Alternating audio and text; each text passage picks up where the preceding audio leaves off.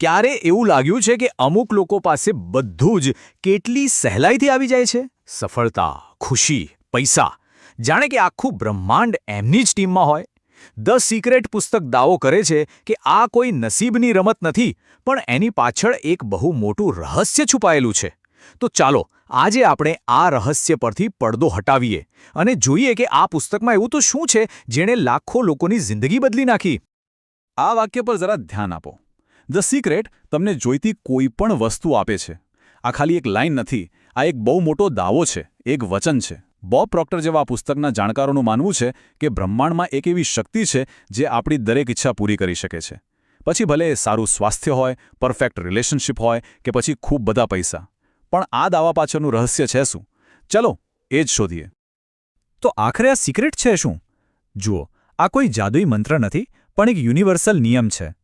પુસ્તક એને આકર્ષણનો નિયમ કહે છે. જરા વિચારો, ગુરુત્વાકર્ષણના નિયમની જેમ જ આ નિયમ પણ 24 કલાક કામ કરે છે, ભલે આપણને ખબર હોય કે ના હોય. પુસ્તક તો ત્યાં સુધી કહે છે કે જીવનમાં જે કંઈ પણ બને છે, સારું કે ખરાબ, એની પાછળ આ જ નિયમ જવાબદાર છે. આ આખા રહસ્યને બરાબર સમજવા માટે આપણે આ 5 મુદ્દાઓ પર વાત કરીશું. પહેલાં તો આ રહસ્ય છે શું એ જાણીશું. પછી જોઈશું કે આપણા વિચારો કેવી રીતે આપણી દુનિયા બનાવે છે, લાગણીઓનો શું રોલ છે એ સમજીશું, અને પછી એ 3 સ્ટેપની પ્રોસેસ શીખીશું જેનાથી કંઈ પણ મેળવી શકાય. અને છેલ્લે સૌથી અગત્યનું, આ બધું રોજિંદા જીવનમાં વાપરવું કઈ રીતે. તો ચાલો જરાય વાર કર્યા વગર શરૂ કરીએ. તો શરૂ કરીએ આપણા પહેલા મુદ્દાથી. આ મહાન રહસ્ય શું છે? શું ખરેખર એવું બની શકે કે ફક્ત એક જ નિયમ આપણી આખી જિંદગી ચલાવતો હોય? ધ સિક્રેટનો દાવો તો કંઈક આવો જ છે. ચાલો જોઈએ કે આ નિયમ શું છે અને કામ કઈ રીતે કરે છે. આખા પુસ્તકનો પાયો બસ આ એક લાઇનમાં છે: સમાન વસ્તુ સમાન વસ્તુને આકર્ષે છે. આનો મતલબ શું? મતલબ કે આપણું મગજ છે ને, એ એકદમ પાવરફુલ ચુંબક જેવું છે. જો આપણે સતત પૈસાની તંગી વિશે વિચારીએ તો શું થશે? આપણે વધુ આર્થિક સમસ્યાઓને આપણી તરફ ખેંચીશું. પણ જો આપણે સમૃદ્ધિ અને નવી તકો વિશે વિચારીએ તો એ જ બધી વસ્તુઓ આપણી જિંદગીમાં આવવા લાગશે. અને હા, આ ખાલી પોઝિટિવ થિંકિંગની વાત નથી. પુસ્તક મુજબ આ તો ફિઝિક્સનો નિયમ છે, જે કામ કરે જ છે. બોબ પ્રોક્ટર અહીં જે કહે છે ને, એ ખરેખર વિચારવા જેવું છે. જીવનમાં જે કંઈ પણ થઈ રહ્યું છે, સારી નોકરી, સંબંધો, સ્વાસ્થ્ય, બધું જ, એ આપણે અજાણતા જ આપણી તરફ ખેંચ્યું છે. કેવી રીતે? તો કે આપણા મગજમાં જે ફિલ્મ સતત ચાલી રહી છે ને, એનાથી. જો કોઈ પોતાના મનમાં પોતાને હંમેશા બીમાર જ જોયા કરે તો એનું શરીર એ જ વાસ્તવિકતા બનાવી દે છે. અને જો કોઈ સફળતાના ચિત્રો જોશે તો સફળતાના રસ્તાઓ આપોઆપ ખુલવા લાગશે. આ કોઈ યોગાનું યોગ નથી, આ કારણ અને પરિણામનો સીધો નિયમ છે. ઓકે, તો એ તો સમજાયું કે આપણા વિચારોમાં ચુંબક જેવી શક્તિ છે. પણ સવાલ એ છે કે આ કામ કરે છે કેવી રીતે? ખાલી વિચારવાથી કોઈ વસ્તુ હકીકત કઈ રીતે બની શકે? ચાલો હવે એની પાછળનું મિકેનિઝમ સમજીએ. અને હા, આ ભાગ બહુ જ રસપ્રદ છે. પુસ્તકમાં એક જોરદાર સરખામણી કરી છે. કલ્પના કરો કે આપણે બધા એક ચાલતા ફરતા રેડિયો ટાવર છીએ. આપણે જે પણ વિચારીએ છીએ એ એક ચોક્કસ ફ્રીક્વન્સી પર બ્રહ્માંડમાં ટ્રાન્સમિટ થાય છે. હવે જો આપણે આખો દિવસ ચિંતા અને ડરનું સ્ટેશન, માની લો કે 98.3 FM વગાડ્યા કરીશું તો બ્રહ્માંડમાંથી રિટર્નમાં શું આવશે? એ જ ફ્રીક્વન્સીના વધુ અનુભવો. જો જીવનનું ગીત બદલવું હોય તો સૌથી પહેલાં પોતાની ફ્રીક્વન્સી બદલવી પડશે. અને આ ખાલી કહેવાની વાત નથી. જ્હોન અશારાફ તો ત્યાં સુધી કહે છે કે આ સાયન્સ છે. મતલબ આપણા વિચારો ખાલી મગજમાં નથી રહેતા, એ તો રીતસરના એનર્જી વેવ્સ છે. જેવી રીતે આપણે અવાજ કે પ્રકાશના તરંગોને માપી શકીએ, પુસ્તક દાવો કરે છે કે એવી જ રીતે વિચારોની પણ એક ફ્રીક્વન્સી હોય છે જેને માપી શકાય છે.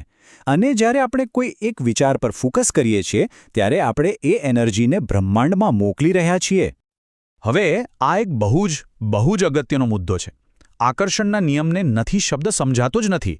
એ ફક્ત એ વસ્તુ પર ધ્યાન આપે છે જેના વિશે આપણે વિચારી રહ્યા છીએ. દાખલા તરીકે, જો કોઈ કહે મારે બીમાર નથી પડવું, તો બ્રહ્માંડ ફક્ત બીમાર શબ્દ પકડે છે. જો કોઈ કહે મારે દેવું નથી જોઈતું, તો બ્રહ્માંડ દેવા પર ફોકસ કરે છે. તો કરવાનું શું? જે નથી જોઈતું એના પરથી ધ્યાન હટાવીને જે જોઈએ છે એના પર લઈ જવાનું. મારે મોડું નથી થવું, એના બદલે વિચારો હું સમયસર પહોંચીશ. સિમ્પલ. સારું, વિચારોની વાત તો કરી લીધી, પણ આપણી લાગણીઓનું શું? ગુસ્સો, ખુશી, દુઃખ આ બધાનું શું કામ છે? આપણા ત્રીજા ભાગમાં આપણે આ લાગણીઓની તાકાતને સમજીશું. પુસ્તક કહે છે કે આપણી લાગણીઓ છે ને એ આપણું પર્સનલ જીપીએસ છે, જે સતત કહે છે કે આપણે સાચા રસ્તે છીએ કે ભટકી ગયા છીએ. એક વાત સમજી લો, લાગણીઓ ક્યારેય ખોટી નથી હોતી. એ બિલકુલ ગાડીના ડેશબોર્ડ પરની વોર્નિંગ લાઇટ જેવી છે. જ્યારે પણ ખરાબ લાગે, જેમ કે ગુસ્સો આવે, ચિંતા થાય કે ઉદાસી લાગે, તો સમજી જવાનું કે વિચારો ખોટા ટ્રેક પર છે. એ બ્રહ્માંડનો સિગ્નલ છે કે વિચાર બદલો. અને જ્યારે સારું લાગે, ખુશી થાય, ત્યારે એ ગ્રીન લાઇટ છે જે કહે છે બસ આ જ રસ્તા પર આગળ વધતા રહો. આ ટેબલ જુઓ, આ બધું એકદમ ક્લિયર કરી દેશે. જ્યારે પણ પ્રેમ, આનંદ અને આભાર જેવી સારી ફિલિંગ આવે તો સમજી લેવાનું કે ગ્રીન સિગ્નલ છે. બ્રહ્માંડ કહી રહ્યું છે તમે એકદમ સાચી ફ્રીક્વન્સી પર છો, બસ આ જ લાઇનમાં આગળ વધો. પણ જેવો ગુસ્સો, ડર કે ગિલ્ટ ફીલ થાય, એ એક વોર્નિંગ સાઇન છે કે વિચારો બદલવાની જરૂર છે. જો આપણે આપણી લાગણીઓને સાંભળતા શીખી જઈએ તો એ આપણી સૌથી સારી દોસ્ત બની શકે છે. અને બધી લાગણીઓમાં એક લાગણી છે જે સૌથી ઉપર છે, અને એ છે પ્રેમ. ધ સિક્રેટ મુજબ પ્રેમ ખાલી એક ફિલિંગ નથી, એ તો આખા બ્રહ્માંડની સૌથી પાવરફુલ ક્રિએટિવ ફોર્સ છે. જ્યારે આપણે પ્રેમની ફ્રીક્વન્સી પર હોઈએ છીએ ત્યારે અશક્ય પણ શક્ય બની શકે છે.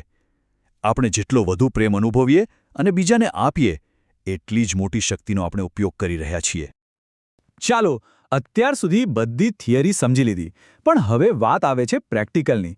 આ રહસ્યનો ઉપયોગ કરવો કઈ રીતે? હવે આપણે એ 3 સ્ટેપનું જાદુઈ ફોર્મ્યુલા શીખવાના છીએ, જેનાથી કોઈ પણ ઈચ્છાને હકીકતમાં બદલી શકાય છે. આ એ જગ્યા છે જ્યાં બધી થિયરી હવે પ્રેક્ટિસમાં બદલાશે. કલ્પના કરો કે બ્રહ્માંડ તમારું પર્સનલ જીની છે. હા, પેલો અલાદીનના ચિરાગવાળો જીની, જેનો એક જ ડાયલોગ છે, જો હુકુમ મેરે આકા. અને આ જીનીને એનાથી કોઈ ફરક નથી પડતો કે તમે શું માંગી રહ્યા છો, સારું કે ખરાબ. તમે કહેશો મારી જિંદગીમાં બહુ તકલીફ છે, તો જીની કહેશે જો હુકુમ, અને તકલીફો વધારી દેશે. એટલા માટે આપણે આપણા આદેશો બહુ જ કાળજીપૂર્વક પસંદ કરવાના છે.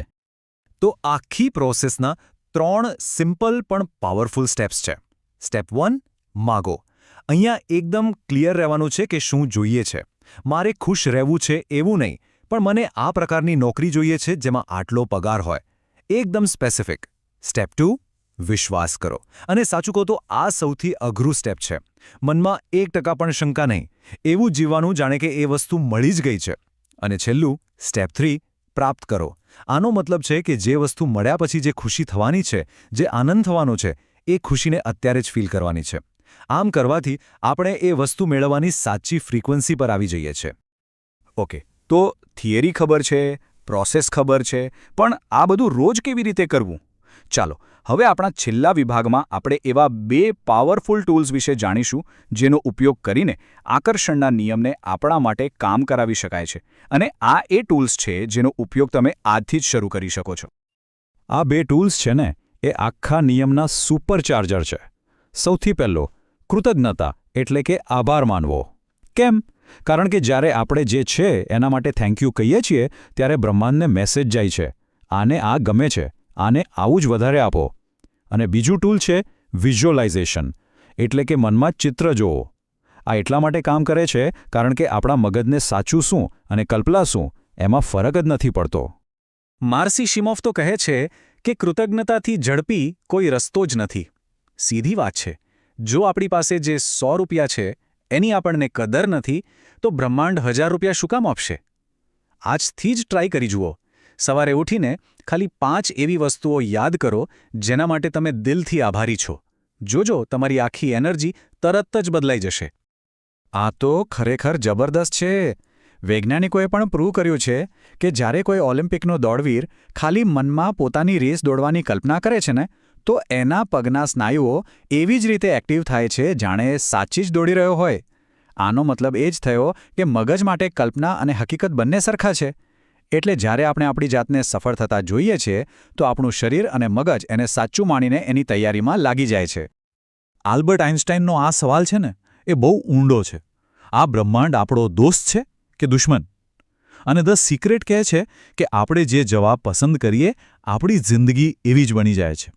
જો માનીએ કે બ્રહ્માંડ આપણી વિરુદ્ધ છે તો બધે મુશ્કેલીઓ જ દેખાશે અને જો માનીએ કે બ્રહ્માંડ આપણને સપોર્ટ કરવા માટે છે તો રસ્તાઓ આપોઆપ ખુલવા લાગશે.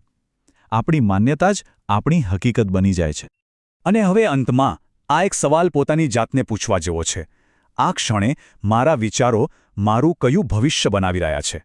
યાદ રાખજો, આપણે બધા આપણા જીવનના શિલ્પકાર છીએ અને આપણા વિચારો એ આપણી છીણી છે. હવે જે ભવિષ્ય ઘડવું હોય એની શક્તિ આપણા જ હાથમાં છે. રહસ્ય હવે ખુલ્લું છે. બસ એનો ઉપયોગ સમજદારીથી કરવાનો છે.